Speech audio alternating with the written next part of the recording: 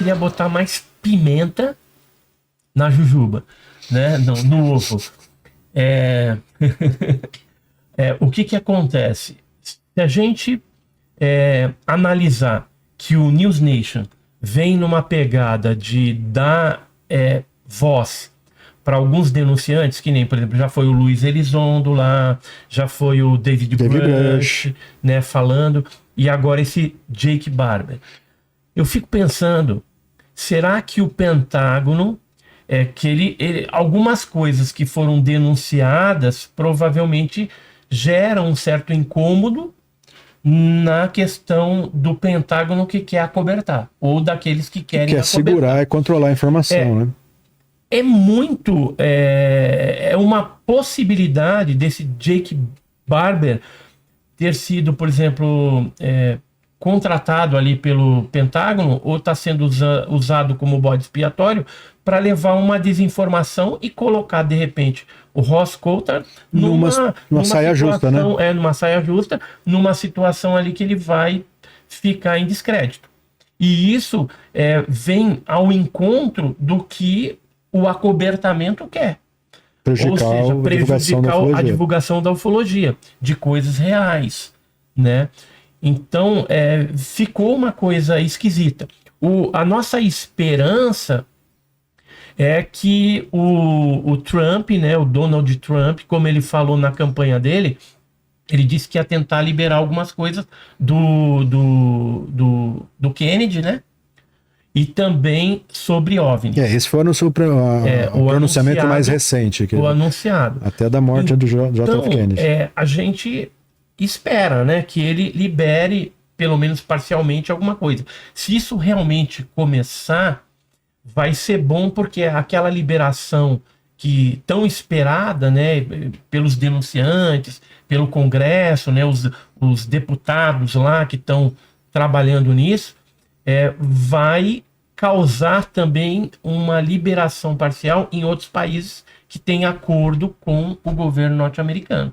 Isso vai ser bom para todo mundo no mundo. Seria talvez aí uma preparação, né, e uma certa informação a mais para as pessoas que estão acompanhando. Porque esse é o momento, Vilela, o momento que a ufologia norte-americana está vivendo é esse. Existe uma pressão ferrada lá, para não usar um termo mais forte, para que projetos secretos, projetos envolvendo eventuais tecnologias desconhecidas e tal, sejam revelados. Mas tem uma pressão forte mesmo, a ponto de acontecer, você tem ouvido falar das audiências públicas e tudo mais, isso vem acontecendo praticamente a cada 6 meses.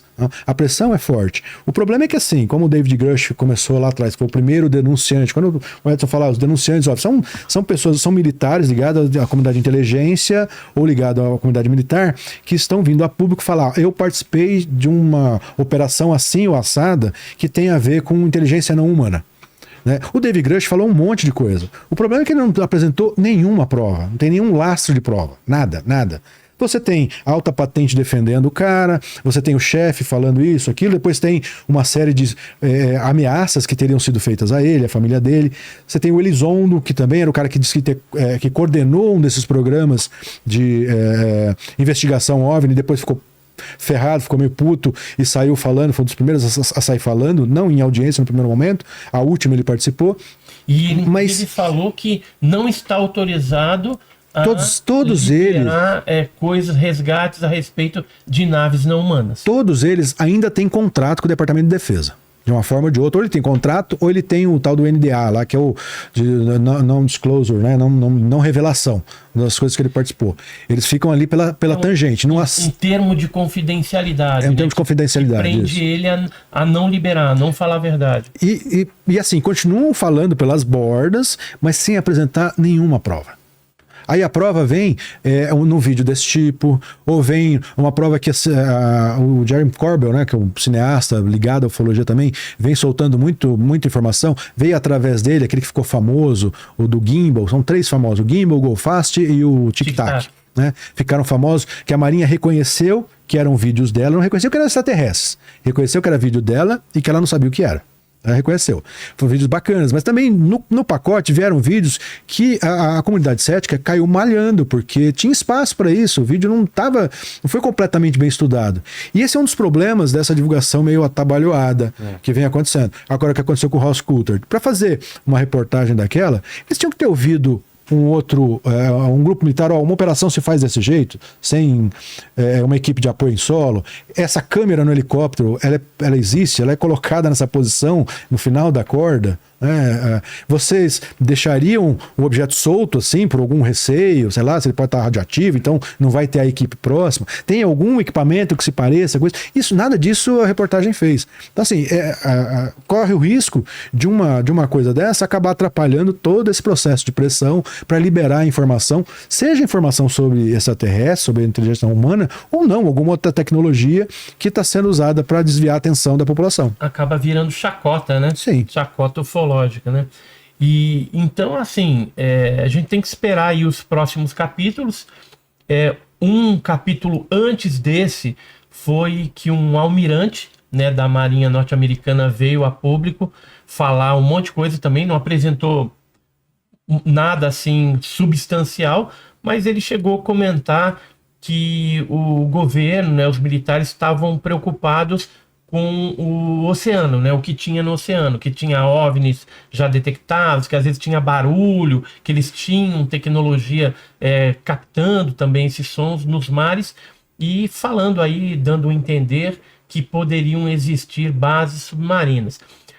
Com relação a essa questão da Marinha, considerando que o planeta Terra, 3/4 dele é água, é bem possível que uma base, caso exista uma base de OVNI, uma região, por exemplo, subaquática seria ideal, né? Numa região abissal, por exemplo, onde o ser humano ainda nem chegou, nem a tecnologia humana. A gente mapeou só 5% do oceano, essa é a estatística do... Então, seria um negócio interessante. E, assim, eu vou falar em termos de Brasil, né? Mas se a gente pegar documentos que já foram liberados pelo FOIA, tem bastante coisa que ocorreu principalmente nas faixas litorâneas, né? E envolvendo o que eles chamavam antigamente de usos, né? Que seriam objetos submarinos não identificados. Aqui no Brasil, eu tenho, assim, alguns amigos, né? Algumas pessoas que, ao longo do tempo, eu morei no litoral durante muito tempo. Então a gente tinha bastante contato com o pessoal da base aérea de Santos, pessoal da Marinha também lá, tem o porto ali de Santos, né? Então a Marinha mercante ali também bem forte, tem normativo a respeito caso apareça algum OVNI. Então a gente soube que a Marinha, das 3 armas brasileiras, é a que detinha um arquivo maior a respeito de OVNIs, na verdade, objetos submarinos não identificados. Só que quando a ex-presidente Dilma lá sancionou aquela lei, a LAI, né, que é a Lei de Liberdade de Informação brasileira, apenas a aeronáutica começou ali a fazer um trabalho de separação do que poderia liberar no Arquivo Nacional, não. Nenhuma outra arma fez isso. Quer dizer, fez, mas só que o que eu fiquei sabendo da Marinha é que houve uma força-tarefa deles, que eles pegaram os arquivos de OVNIs, viram o que era mais relevante e transformaram aquilo em material para arquivo de inteligência, que estariam assim preservados. E o resto, assim, que era coisa bobinha ali, caso de uma bolinha, uma luz que foi vista, eles expurgaram. Algumas coisas realmente foi expurgado. E o resto acabou ficando fechado. A única coisa que a Marinha brasileira liberou foi o relatório do caso Trindade, né? Famoso da Ilha de Trindade, que tem aquele negócio das fotos polêmicas, né? Do Maraúna. Que são falsas. Que são falsas, eu não acredito naquilo. Mas o caso em si do avistamento, ele é real. Porque tinha várias histórias lá da ilha. Como eu trabalhei no Banco do Brasil, né, hoje estou aposentado, eu conheci o Amilar, que era um dos amigos ali do Almir Baraúna, que estava no navio Almirante Saldanha, naquele 16 de janeiro de 1958. E segundo ali quem estava ali no navio que viu essa estrutura, o Almiro Barão depois foi lá com a câmera dele e tirou fotos no Pico do Desejado de alguma coisa. As fotos foram reveladas a bordo do navio Almirante Saldanha, mas segundo as pessoas que eu conversei, inclusive, falaram que não tinha nada na foto, né? Não apareceu nada, só apenas o Pico Desejado e tal. Aí o Almiro Baraúna ficou com os negativos, disse que ia levar para casa depois que acabasse ali a missão deles, né? E que ele iria dar uma melhorada na foto. E aí apareceu com aquelas fotos em forma de um objeto em forma de Saturno, parecendo Saturno. Parece duas bacias, assim, uma em cima da outra. Parecia duas bacias, ou duas pratos, colheres, como sugeriram. Colheres, que nem sugeriram depois posteriormente. Esse caso, ela, foi o que me deu o carimbo de cético. Porque assim, eu não sou nem cético totalmente, mas não sou crédulo. Mas eu ganhei o carimbo, na comunidade ufológica, eu ganhei o carimbo de cético por esse caso. Fui expulso da comunidade de uma revista famosa, né? Fui expulso, porque assim, eu ajudei eu ajudei alguns dos documentos. Eu ajudei essa discussão aí pro Fantástico na época. Eu tinha uma amizade com o Petri, lá da produção do Fantástico. Olha, tem uma história bacana aqui. O que acontece? Eu localizei com a ajuda de alguns amigos, né, da ufologia, alguns pesquisadores, uma testemunha que estava no navio onde disse que foi tirada essa foto. Um senhorzinho e tal. Liguei para ele, porque todo mundo dizia que foi pesquisa. É um caso famosíssimo. Eu cresci com um pôster desse caso na minha parede, velho. E assim, é muito triste quando você chega no final e fala, pô, esse caso era uma mentira. Eu não sinto nenhum prazer em dizer que era uma fraude, né? Embora você tenha todo um histórico da ilha, de avistamento e tudo mais. Só que eu conversei com um senhorzinho que estava lá, fui para pesquisar o livro de quartos, tinha lá ele na data da viagem e tudo mais. E aí liguei para ele, ninguém da tripulação, exceto os 3 que defendiam lá o fotógrafo, foi ouvido. Ninguém. Nem pela Marinha, nem por repórteres, nada. Primeiro tripulante, tipo, quase quantos anos depois do caso? 40 anos depois? 40 e tantos anos depois? O primeiro tripulante com que eu falei, um senhor chamado Jansen, não sei se ainda está vivo, falou: aquele caso, ninguém viu nada, não. Tinha lá meia dúzia em cima do convés, eu tava lá, começou assim uma gritaria, olha lá. Quem tava comigo, a gente viu uma gaivota. Não via mais nada que isso. E, putz, acendeu aí Aí eu comecei a pesquisar essa informação e tal, e conversei com o pessoal da produção do Fantástico.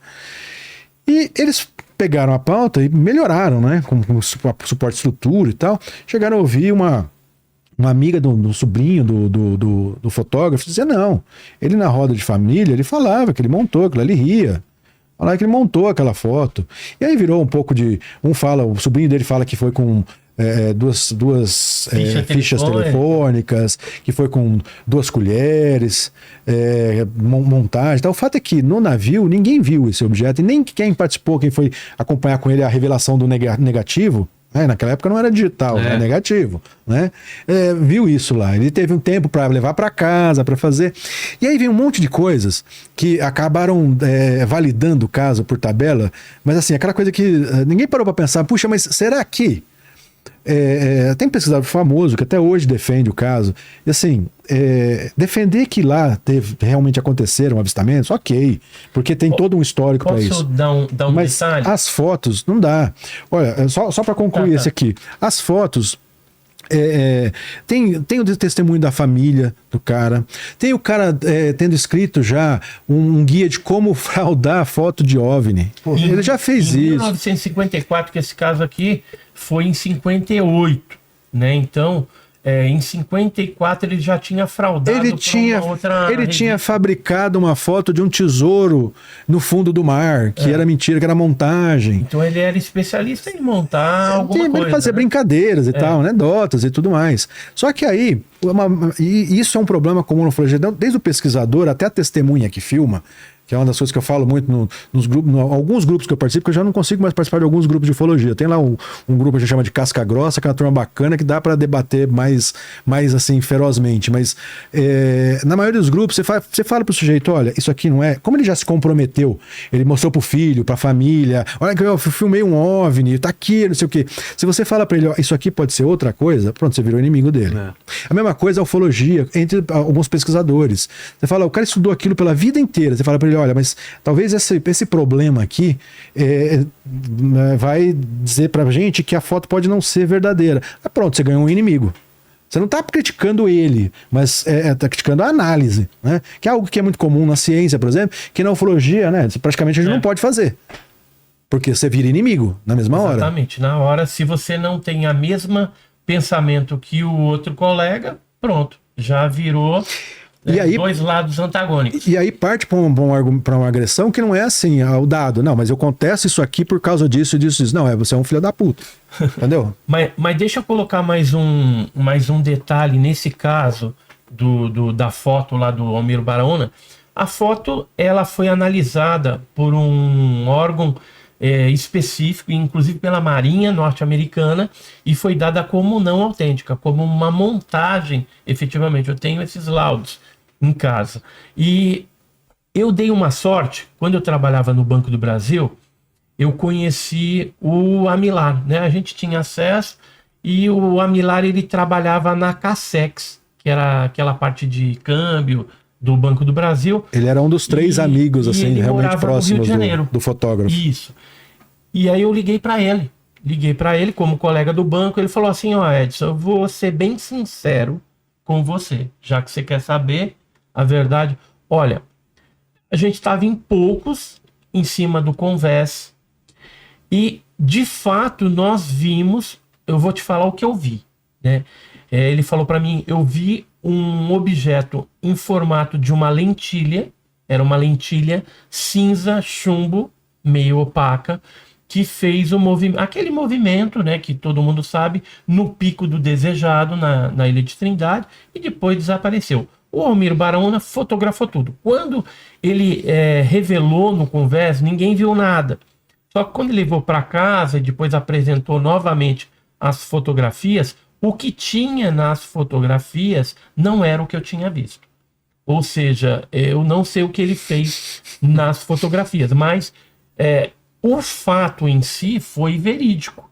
E os documentos lá da Ilha de Trindade, do navio Almirante Saldanha, eles confirmam que, vez ou outra, eram vistos objetos na ilha. Tanto é que tem, de outras datas, alguns outros casos. Então tem o Bacelar, né? Eu cheguei a falar com a filha do Bacelar, e ela falou que o pai dela comentou que pareciam uns negócios lá. Os dois que o Edson mencionou eram oficiais dessa viagem. O Bacelar assina, inclusive, esse documento aqui, ó. É o Carlos Alberto, né? Uhum, ele era o capitão de Bacelar, corveta. Ele era o capitão de corveta. Ele era o capitão de corveta. E esses documentos, eles comprovam que alguma coisa foi vista, mas as fotos são mentira. Agora, como eu sabia que a Marinha Brasileira tinha disponibilizado apenas esse relatório, e eu sabia que era mentira, porque eles tinham colocado os arquivos, os relatórios, num outro arquivo paralelo de inteligência, eu resolvi comer pelas beiradas. Então, isso aqui é um documento inédito, tá? Que eu consegui comendo pelas beiradas. De que forma? Eu sabia de um evento que tinha sido pesquisado pela Marinha Brasileira e também pelo próprio Almirante Saldanha, que aconteceu depois, e eu pedi o livro de quarto da embarcação sem citar o que eu estava procurando.